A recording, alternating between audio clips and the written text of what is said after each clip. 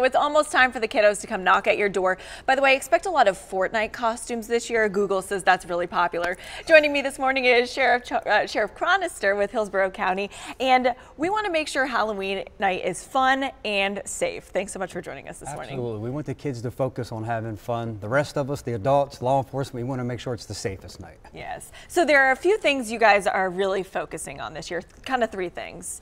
Yeah, we do. We start about a month ahead of planning, and we go out and we make contact with every sexual offender and predator to remind them of their conditions of being labeled as a sex predator, is that they can't participate in Halloween. They're not allowed to do anything that would remotely even entice a child to engage in any type of activity. So they're told and reminded that the lights shut off, no activities associated with Halloween, and we're going to be out there to make sure that that holds true.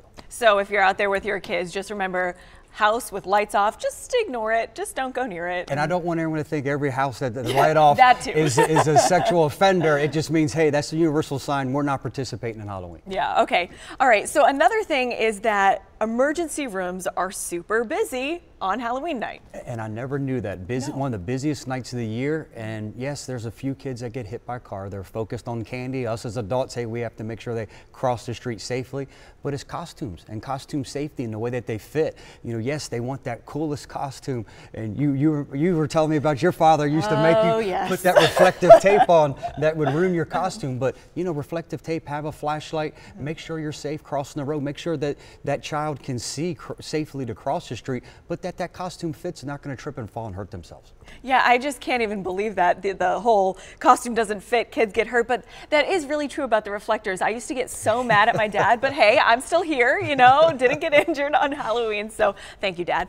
And another thing is about the candy. That's it, always comes down to the candy. Again, we as parents have to make sure that candy's safe. Stick to brand name, manufactured candy. If you see something that's suspicious, an off-brand, there's no reason to even to gamble. Throw it in the trash and pick another piece of candy to give to your child. The kids have so much candy, and it'll all be, you know, 95% off the store the next day anyways, so that's following day, there's always plenty of candy. Yeah, all right, Sheriff, thank you so much. And you guys will be out there in full force. You'll even be out in some neighborhoods as well. We will be. We'll have an enhanced presence, so not to alarm anybody, but we are going to be out there in full force, just being out in the neighborhoods, being seen, and like you said, I'm going to go. I'm having them drop off a marked car down at the office for me. I'm going to load it up with a bunch of sheriff's office goodie and candy, and I'm going to be out there myself. So kids, try to get some good candy from the sheriff. Maybe they'll have the king-size bars. I don't know, just putting it out there. All right. Thank you so much for joining us this morning. Pleasure. Thanks for helping us get the word out. No problem.